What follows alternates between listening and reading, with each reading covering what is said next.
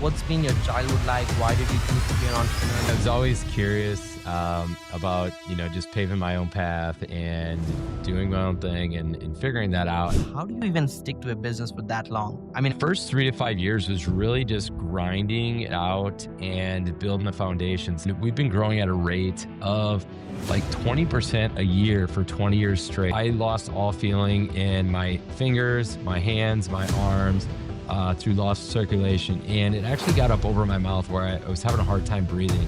At that point, like my team was panicking. why did you even decide to almost die trying to create a world I record? did think it was going to be like a near-death experience.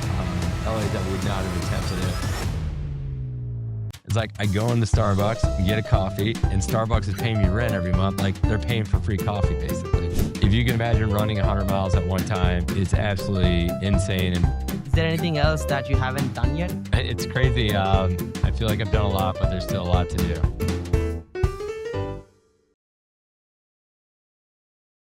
What's going on? What's going on, everybody who's actually tuning in for the podcast? Welcome back to another episode of The Nikhil Sai Show, which is hosted by me, The Nikhil Sai. And guess what's going on today? We're back with another amazing entrepreneur. And the guy who's jumping on is one of my dearest friends. And, we had so much fun when we met in America at Funnel Hacking Live in Vegas. And what happens in Vegas stays in Vegas. So can't talk more about it. But it's so fun to hang out with this person. And I admire him as an entrepreneur a lot. The reason is he's been building this business for double decades. I mean, you don't see many business owners sticking to one business and run it at the scale. And I've known him and I understand his journey. And we talked a lot of business when we were together. So I really believe that this is going to be a very vulnerable and inspiring journey to see. And from there, not just building a very powerful and successful e commerce brand, which is made in America for America. On top of that, he built a beer brand. We will talk about that as well. And also, he became an investor. Funny enough, he likes to die. I don't know what's the obsession with him doing some crazy feats, which brings him close to the death, but he always pulls it off. And he has the world record for having most amount of t-shirts worn at the same time. It's going to be fun. Let's not waste any time. And actually, let's welcome the visionary investor, 3 times Inc. 5000 CEO, Rauen. Hey, Tom. Hey, good to be here. Absolutely, brother. Pleasure having you on. You are a podcaster, you're an entrepreneur, you're a visionary, you have multiple businesses and a marathoner. Is there anything else that you haven't done yet? It's crazy. I feel like I've done a lot, but there's still a lot to do. Interesting enough. So, I mean, I would love to get into the wild stories, but before that, talk us through your journey, Tom. Like, what's been your childhood like? Why did you choose to be an entrepreneur? You went from, starting your business with your mom's help in your garage to now building 1-800 t-shirts. It's just insane at the scale you guys are running. So, walk me through your journey. What prompted you to be an entrepreneur? What was the early childhood like? Yeah, I was always curious about, just paving my own path and doing my own thing and figuring that out. And I loved, the sales and marketing behind it. So as a kid, it was baseball cards. And then Beanie Babies were like this big toy craze. So I was selling those through online forums and we were getting, so this was before any payment platforms. So we were getting checks in the mail and I was shipping everything out. And then I really got heavy into eBay and was doing arbitrage on a lot of different retail items. So I was buying items basically at retail prices from Walmart. I'd go to Walmart, I'd list the items on eBay, and I'd find stuff that was on sale or clearance. I'd list it. Once it's sold, I'd go back to Walmart, buy it, then ship it. And that's really like, what started a lot of things, and just seeing kind of the way, people wanted that convenience before Amazon was around. Like I was providing that convenience of people shipping stuff directly to their house. And it always just amazed me because like one product that we were doing a lot of, my mom owned a hair salon and I was shipping shampoo all over the place. And like, well, why would people buy shampoo off of eBay when they can just get it, when they're getting their hair done or something? And they wanted that convenience that, shipped right to their door. So we were doing that long before Amazon came along and, they figured out that, people enjoy this convenience and obviously grew from there. And then also in high school and college, I was always, as my side hustle, I was coming up with t-shirt designs and selling them to, other people in the community or other kids at the school. And that's really how I helped pay for, all my expenses and everything throughout high school and college. And, right after college, that's how I started 1-800.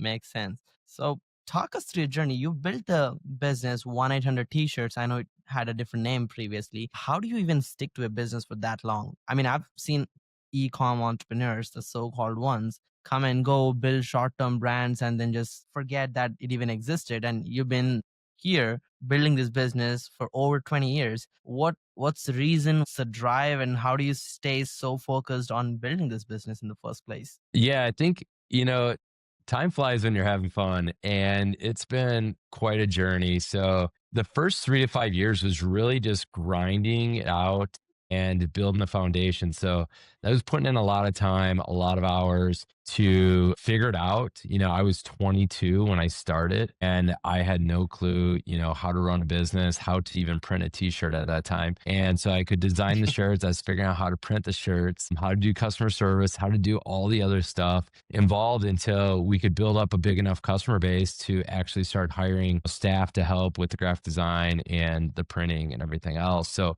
really, like, that first 5 years was just grind it out, build the foundation, and learn as you go by trial and error. And then from there, as we kept scaling, I think the thing that's kept it kind of fresh for 20 years is there's so many different customers, so many different types of projects that we work on. And we've been growing at a rate of like 20% a year for 20 years straight. So there wasn't like this big hockey stick growth or anything like that. It's just consistent growth every year. And with that consistent growth, you know, we're bumping up against different growing pains and different things. So we're always looking like, all right, how do we keep taking this up to the next level? What do we have to look for internally on systems and processes and, even our customers and everything else? And like, can we keep, this pace up for another 20 years? And what's that look like? And Hmm. so really like the journey is just like dealing with everything that's coming at you every single year, and then, the time just kind of goes by. And then in between that, as you're growing the business, you find the other things that happen in life, your passions, family, friends, travels, everything else, and they fill in all the gaps. And in some ways, maybe those are the things that actually happen through the year, and the business fills in the gaps. So that's how we've been doing it for 20 years now. Makes sense. I mean, this is the reality of building a successful business, which is you got to go through long phases of hard work to experience that steady growth. And not a lot of people are willing to do that. And I'm glad you share your experience of building this business, which is hard. I mean, building e-commerce businesses, there is always a lot of variable. Now, I want to dig a little deeper. You're not building the average D2C, buying something from China and then reselling it with your name on it in America. You're building something fundamentally different that I haven't seen a lot of American entrepreneurs do. You're building a business to business network of, like a e-commerce brand for businesses, technically. Walk us through how is it different? What has been your learning selling to B2B for a large amount of time? Yeah, so it's like I said, there's a wide customer base. So it's everything from local small businesses, so lawn care companies, construction companies, plumbers, banks, credit unions, insurance companies, all the way up to Fortune 500 companies, people in the tech space.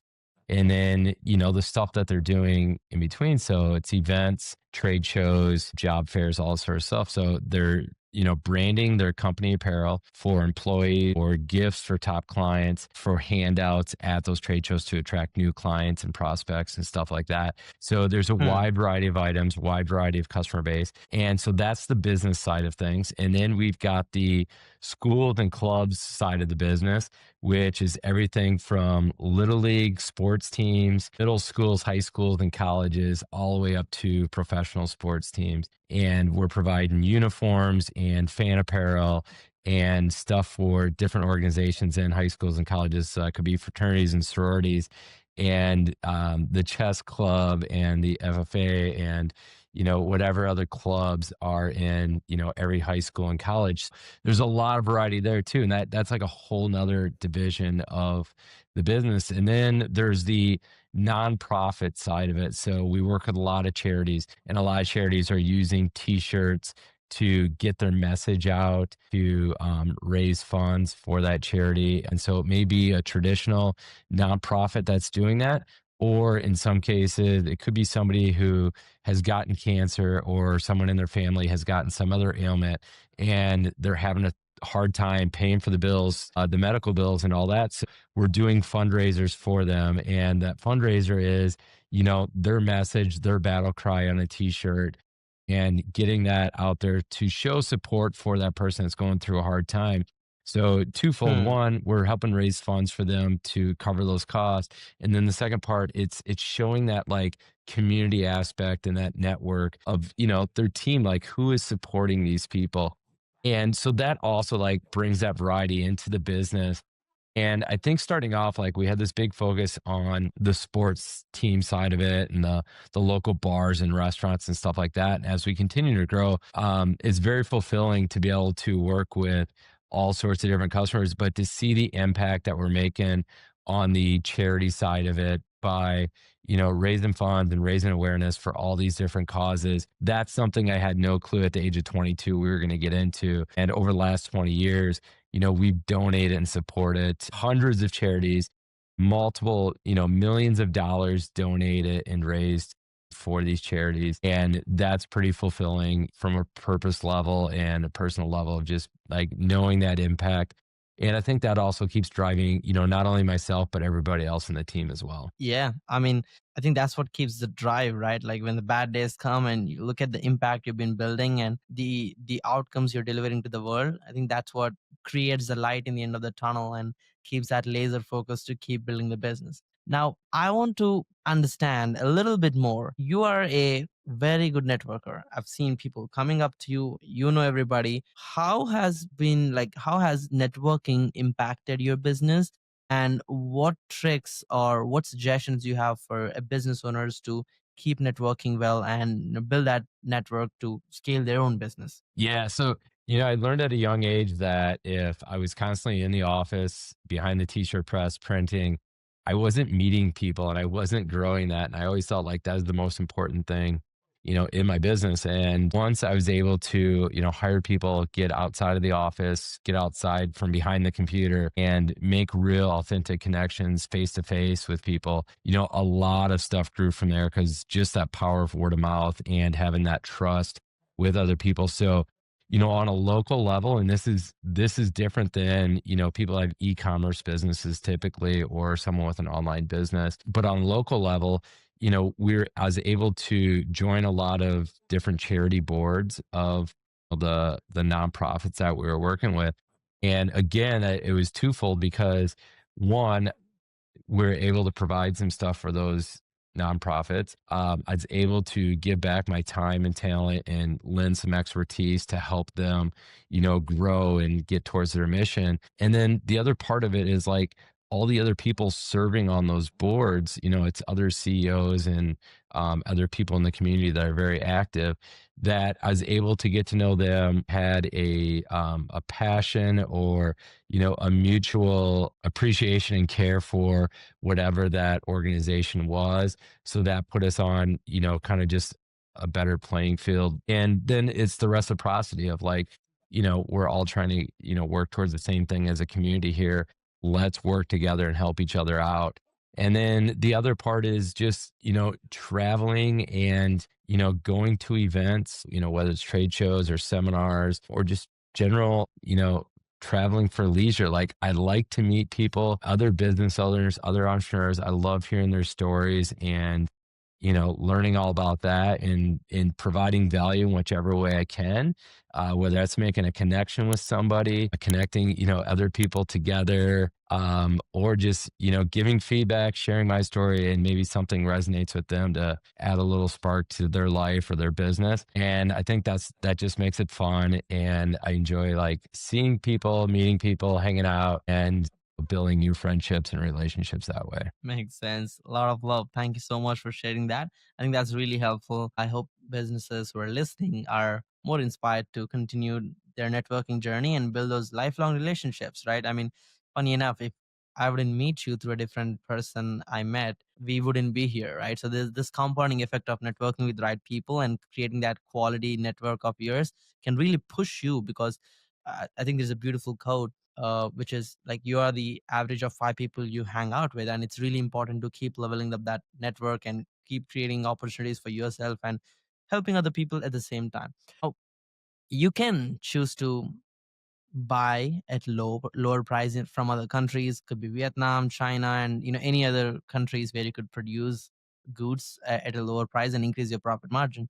But you choose to be a made in USA company. Why did you do that, and what's the thesis behind it? Yeah. So we're not completely made in the USA company. Mm, Everything is printed here in the USA. So we've got our own printing facility where we're screen printing, we're embroidery, and we're decorating the products and customizing them. But our suppliers are from all over the world. It just depends on the brand. So we carry a lot of name brand clothes, whether it's Carhartt, Nike, Under Armour, North Face, Patagonia, a lot of different brands. We've got mm-hmm. a lot of, big name brands. We also have, kind of what I would call our in-house brands that, aren't labeled with the typical retail label that you would see. And yeah, they come from all over the world. And we just work with the distributors and the brands that are able to get us easy access. We're able to get them fast in a variety of different colors, sizes, and styles. And, that gives us that variety for our clients and also just makes the business easy for us. So we're not having to stock a lot of inventory. We're working just in time inventory. So as the customer's order is coming in, we're getting it from one of our warehouse supplier partners and basically printing and fulfilling that within a few days. Makes sense. I mean, I love that fact that you are technically an e-com brand, but you don't have inventory issues, cash flow issues because of what you just mentioned. And also, you don't have a huge RTO or like returns or damages because you're just making it on the go as the demand comes. So that's pretty interesting. Now, any advice or big learnings you've had running the e-com brand for so long? If an e-com entrepreneur is listening, what would be the number one suggestion you would give them? Yeah, I mean, everything's just changing so fast. It evolves. So, it's tough because you invest a lot of money in different things, whether it's equipment or technology or, a piece of software or whatever the case is. And you have all this money stuck into it and you think, all right, well, this is the answer because we've invested so much into developing this product or into the software or whatever the case is.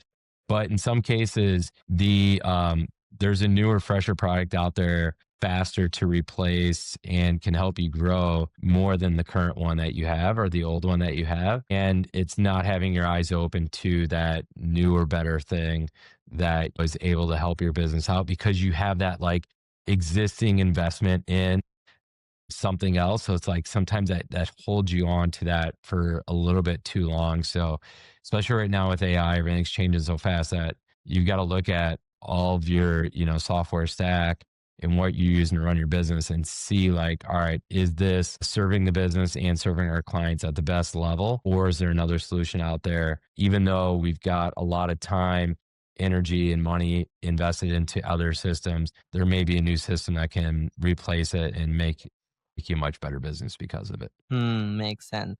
Now, I've heard e-com entrepreneurs crying about how tariffs has basically like created an upside down situation. I'm curious, how is tariffs impacting your business and what's your take on what's happening and how do you see the future? Yeah, so we're just taking it one day at a time.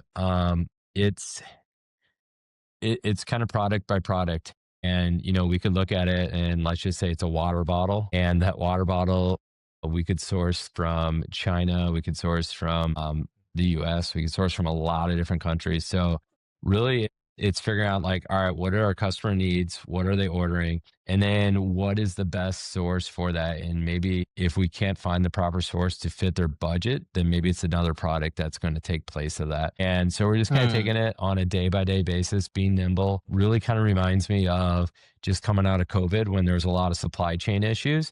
So it was the same thing. It was like people were used to ordering a certain product. It would be out of stock or the price would be inflated quite a bit because of that supply and demand. And so we would just take that on a case by case basis and figure out like, all right, here's the event or here's the need for the client. And here's what they're trying to accomplish from a marketing and a branding standpoint. And here's what their budget is. What is the best product and where can we best source that to solve what their needs are? Makes sense. Appreciate that. Now, Tom, think about that moment. Why did you even decide to almost die trying to create world record, and you actually did it? Walk us through the story. What was your ideology? Give us a mini movie of what happened, how did you do it, and what was the goal, and why did you do it in the first place? Yeah. So growing up as a kid, I remember looking through the Guinness World Record book, and there was always this fascination. I remember seeing like, world's tallest guy and the world's shortest person, and then like the like crazy person with like fingernails that were like super long and all the other like just crazy things in there that, caught my fascination. And the Hmm. same right now, my kids, they're flipping through, you know, the Guinness World Record book, and I'm seeing their eyes light up and they're fascinated by, everything that's in there. And so it's just like this fascination of like, wow, this is cool. Like it would be neat to be in this someday. I love to do, outside the box, non-traditional marketing things to get attention, to create an experience that people, they get to experience it with you. It's memorable, it's shareable, it's something they want to tell other people about. And just crazy stuff that's over the top. So being in the t-shirt business, I went on Guinness World Records website and I searched I just put in t-shirt and there was like, 10 different records that had to do with t-shirts.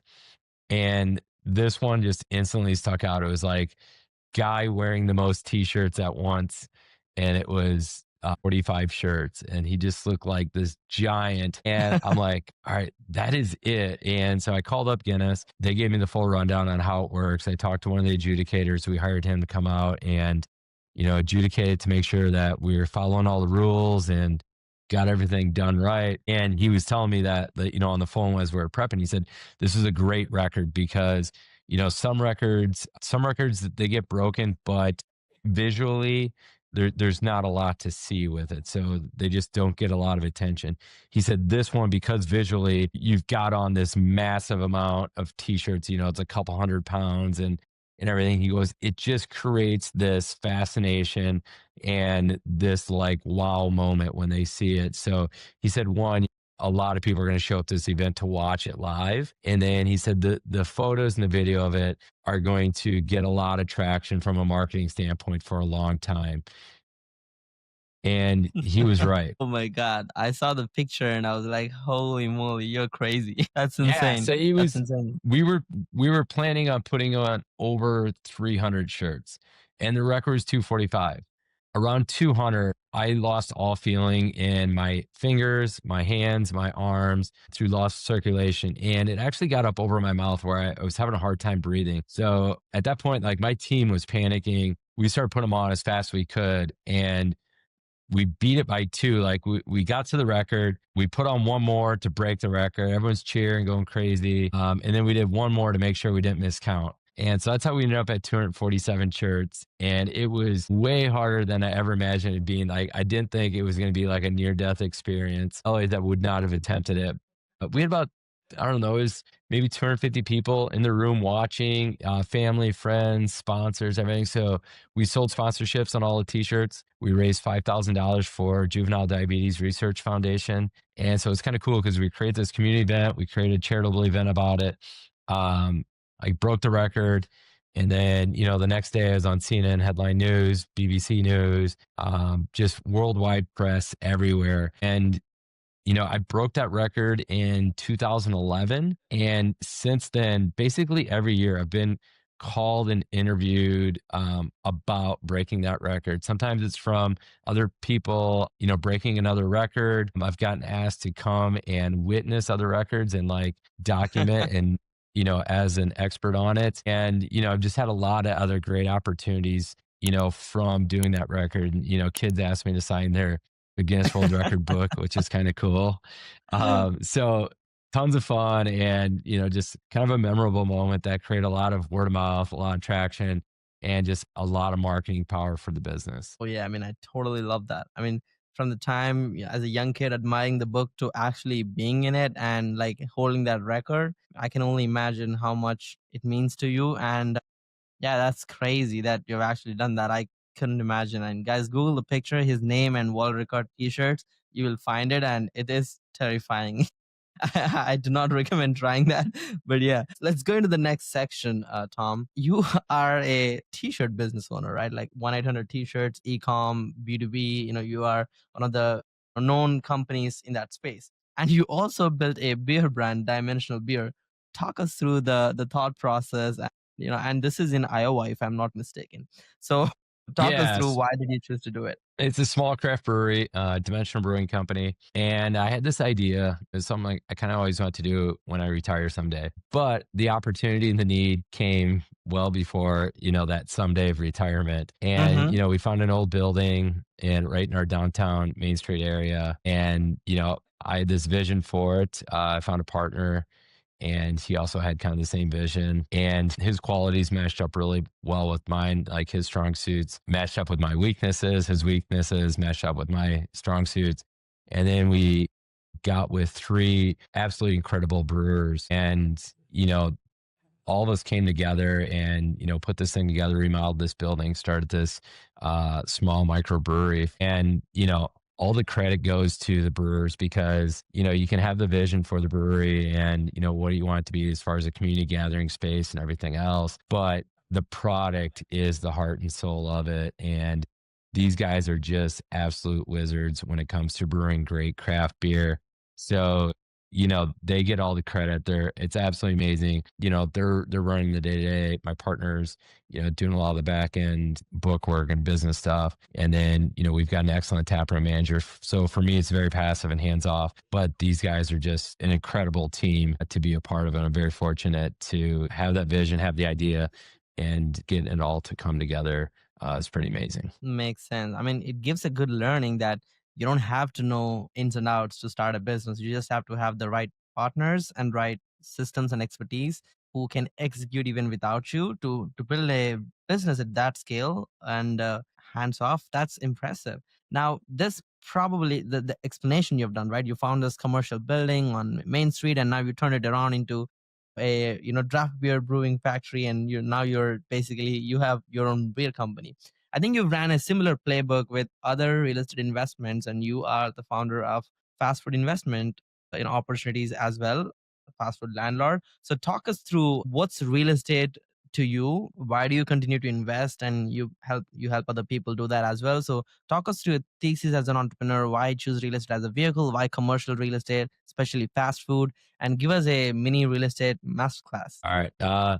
So real estate was always this fascination of mine, because, I looked at, some of the wealthiest people in the world, and it was built with real estate. And also the wealth building side of real estate was a big like thing for me to look at. The other part was the tax benefits of investing in real estate.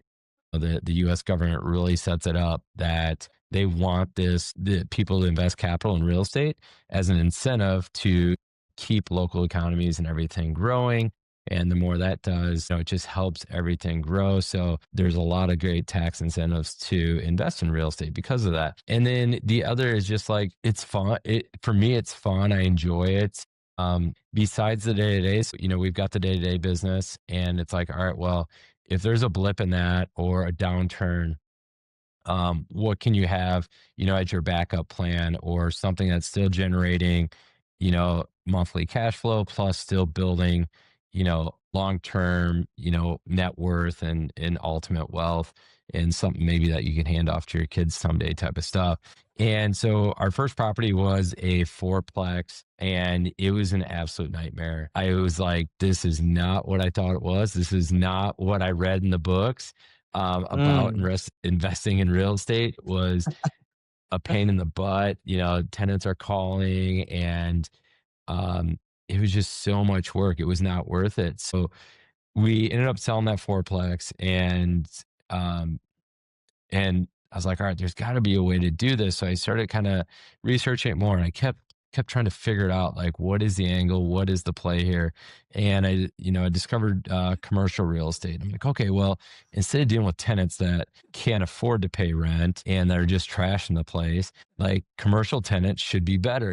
These are business owners, and I already have good relationships with business owners. And I know how to, talk to them since I'm also a business owner. And so, we got our first commercial building and that was going great. And then, we had a banker come to us with another commercial property, and this was a triple net lease, and it was leased to a national tenant that was a medical plasma, center. I was like, oh yeah, this looks like a great opportunity as well. Ran the numbers and everything, and then we purchased it, and I didn't know what triple net lease is. Do you know what triple net lease means? No, walk us through. All right, so triple net lease is the tenant, the three nets is the tenant pays for the property taxes. That's the first one. The second one is they pay for the insurance. And then the third one is they pay for all the maintenance. And when I heard that, I was like, wait, is this real? Is this actually happen? Because it was like the complete opposite of that fourplex, right? Like the fourplex, I was paying for the taxes, I was paying for the insurance, and then I was paying for all the maintenance and all the headaches that went with it. And so this property, I literally didn't even I don't even have keys to it. And because the tenant takes care of everything, I don't have to go to the property. I don't even have to talk to the tenant.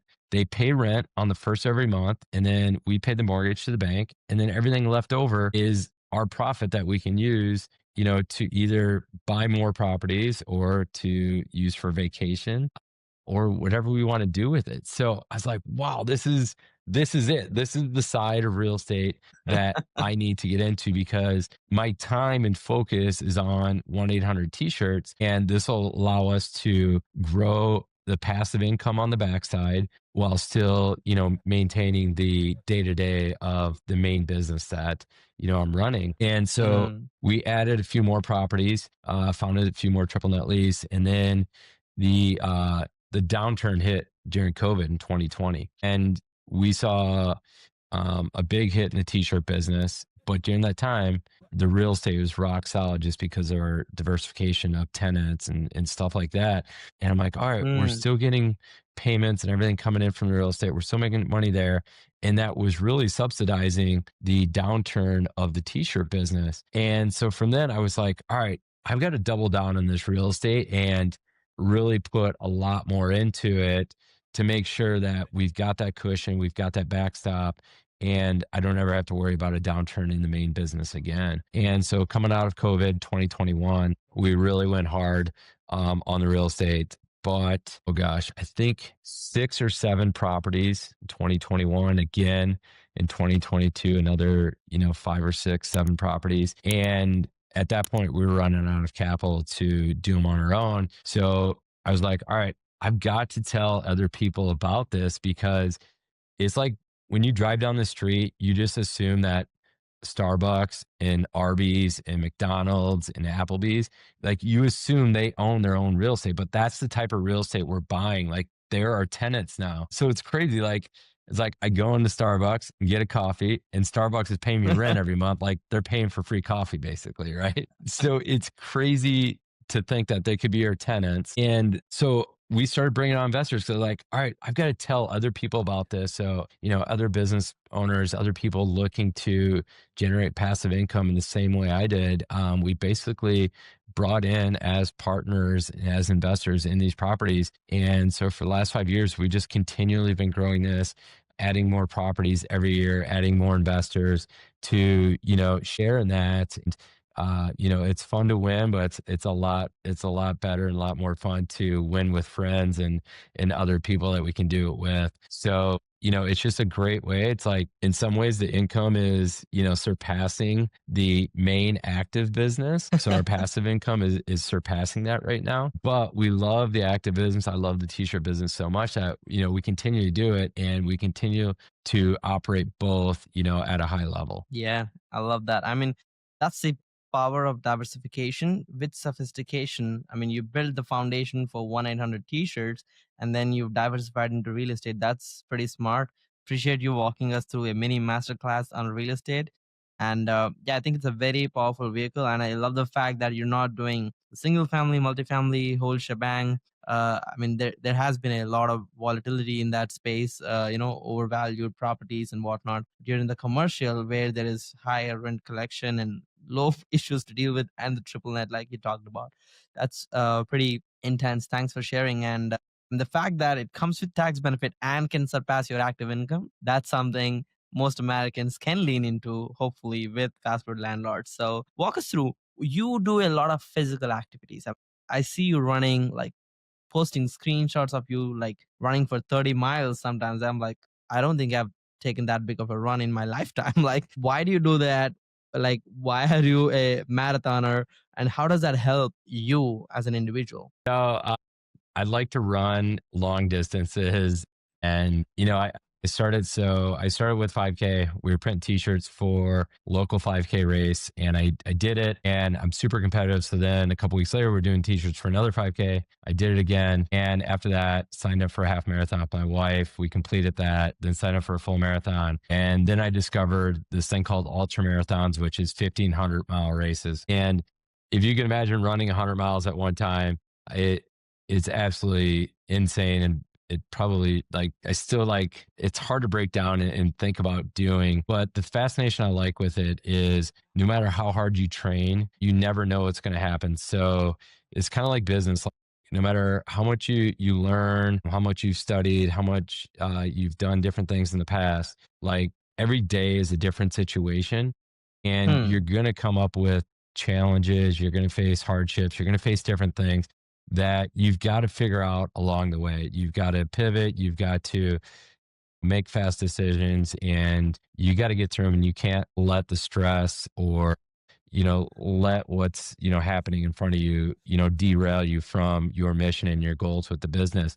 And the same goes for running. So, preparing for a 100-mile race, it's the same thing. Like, no matter how much I prepare, I get to the starting line. I know my vision, I know my goal is the finish line, but I have no clue over those next 100 miles what obstacles are going to pop up, what areas I'm going to have to pivot, what I'm going to have to change on my game plan, and what I'm going to have to do to keep moving forward and to get to that finish line and get to that goal that I've set. So I think that's what fascinates me, is like seeing what's possible, knowing that, no matter how much you prepare, there's always something that's going to come up. And then pushing myself mentally, physically, and emotionally to the breaking point, or what my perceived breaking point is currently, and then raising the bar on all those thresholds. Because, like, once those are raised, then you've got a new threshold, and the next race you can raise it one more.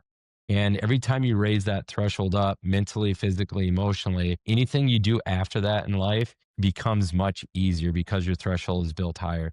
The same goes in business. Like, if you think about the first time you made a big sale, or you made $100,000, or you made $1 million, that first one seemed like this huge threshold, this huge goal. That was the ceiling, right? But then Hmm. as you go up and as you keep building and growing, all of a sudden, if your new threshold is at 5 million or 10 million or 15 million, you look back at that 100,000 or that first million, you're like, I know how to do a million real quick now because I've pushed that threshold up. And also, when you're working on those problems or different things with clients, or so you get stuck on a sales thing to make 100,000, it's way easier to make when your threshold is way higher, just from a mental and emotional standpoint. It triggers different things. So I always look at it for growth. And when I've pushed that threshold up, so during COVID, I'll go back to COVID, a lot of people were super stressed out. They were like, oh my gosh, my business is melting down and the world shut down. And, like, what am I going to do? They're just super stressed out. And I'm just like, I had zero stress, zero anxiety. I was not worried at all, because I'm like, all right, we can figure this out. This is like an obstacle at mile 65 in a 100-mile race. Like, we're going to just figure this out one day at a time. And in a race, it's like 1 mile at a time. So I don't look at the full 100 miles. It's like, all right, I have to run mile one first.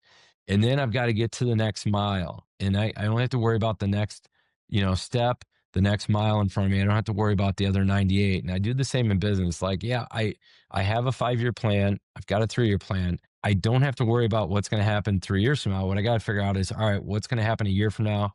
what's going to happen this month, this quarter, and today. And if I can keep doing those things daily to work toward the quarterly and, the annual goal, I know I'm going to get to that finish line of the 3 and the 5 year goal. And I've worked that same process in a race as well. So it all correlates together. And the more I build up those muscles and just like the self discipline of putting in the work of making it happen, all that self discipline and those habits kind of ring through of everything in life. I love that. I mean, I kind of see how you're comparing ultra marathon running to the business and building that tenacity and indefatigability to just keep pushing through and building that muscle to stay stronger when hard time comes.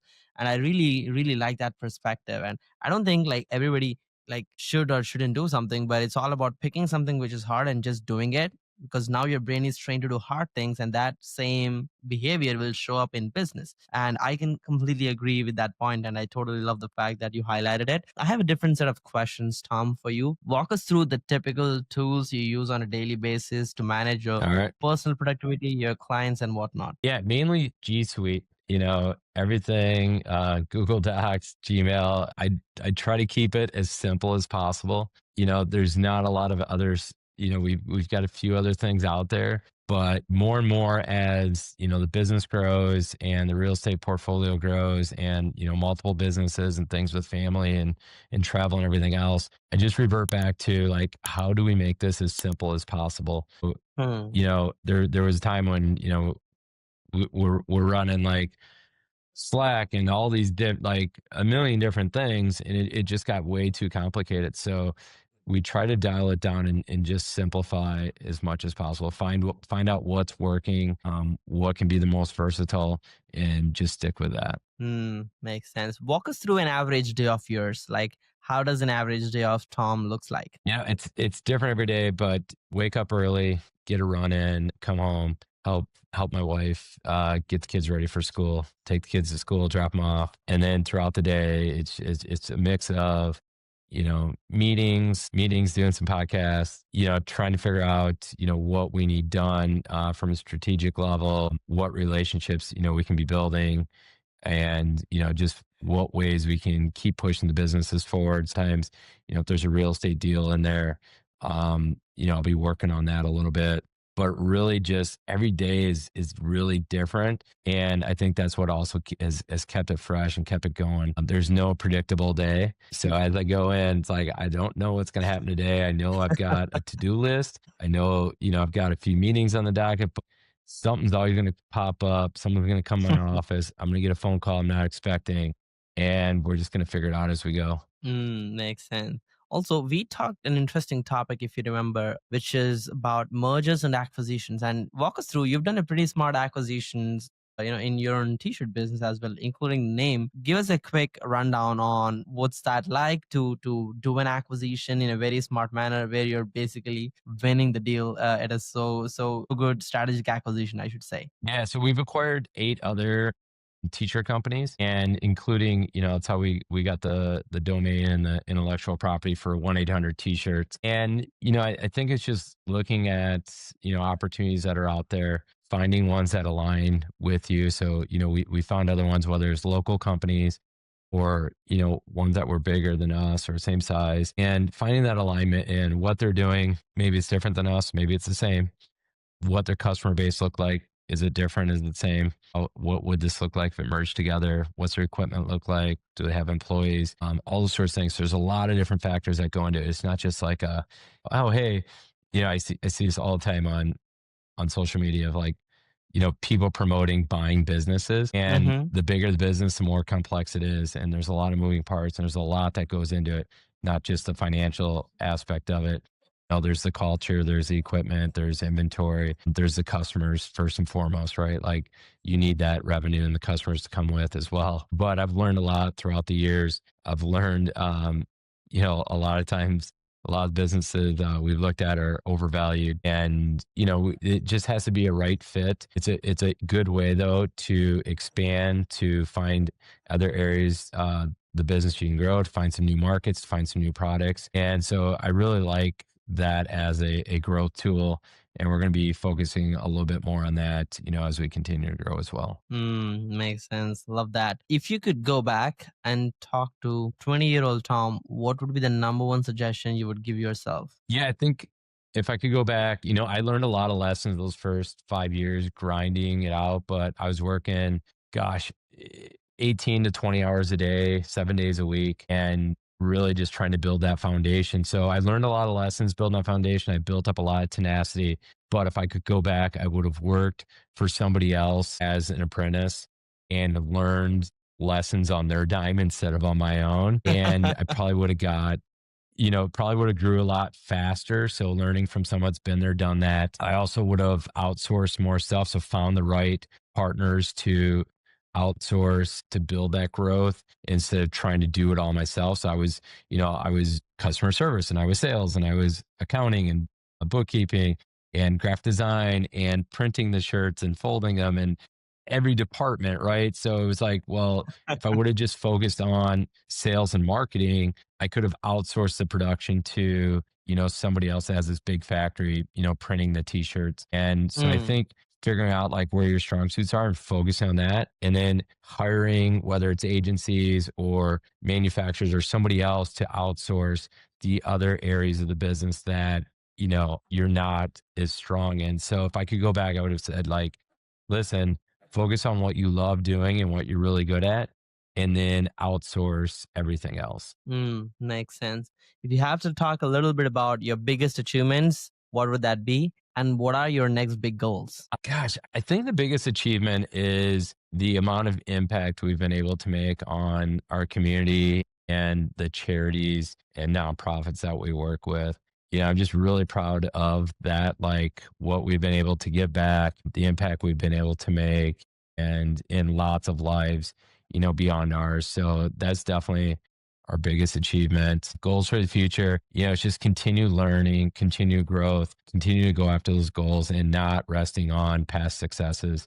So, those goals are, doing it to the fullest and, finding the right people, bringing our friends and family along for the ride to enjoy it and, doing it, so I have two kids now and love, sharing that journey with them and, them being a Mm-hmm. part of it as well. Love that. If you can save us, from repeating the biggest mistake you probably made, what would that be like? I mean, there's a lot of mistakes, right? And I don't know. I just look at each one as a learning experience. And, I feel like everything happens for a reason. And those mistakes help shape us or help send us on, a different path. So I feel like everyone has helped led us to where we are right now. Interesting. Okay, that's really helpful. What's your main inspiration for success? What excites you to wake up, get to work, take those hard phone calls, and do the hard work required to continue to grow the business or find the next real estate deal and whatnot? What inspires you? Just to see what's possible. So we set big goals, we reach those goals, we keep moving that goalpost farther down. And so I think just to like keep leveling up to another level and making sure that like we're still having fun when we're doing it. So I think the biggest thing is like, all right, if we make it a game, like how can we keep beating the game? How can we keep, getting the high score? And how can we keep having fun while we're playing this game? Love that. Tom, if anybody's looking at this podcast, maybe they want to buy some t-shirts from you or maybe they want to connect, what's the best place for them to shake hands with you? Yes. 1-800-tshirts.com. You can follow us on Instagram, Facebook, YouTube at 1-800-T-shirts. And my personal handle is at Tom Round 24/7. Love that. Any last words to conclude the podcast? Yeah. Appreciate you listening and appreciate you for everything you do and inspiring me for all you've accomplished. And I'm so glad that we got a chance to connect and get to know each other. That's so fun. Thanks once again, Tom, for giving your valuable time and sharing a lot of learnings. And guys, hopefully you enjoyed and learned a lot about how to build a successful B2B e-com business and the ups and downs of building businesses in the longer run in entrepreneurship. We talked a lot about passion, purpose, giving back, and many more insightful suggestions from Tom's journey. And I hope you continue to learn. Make sure to share this podcast if this was valuable, and stay tuned for another episode of The Nikhil Sai Show. I'll be back with another amazing guest, just like Tom. Tom, once again, thanks for jumping in.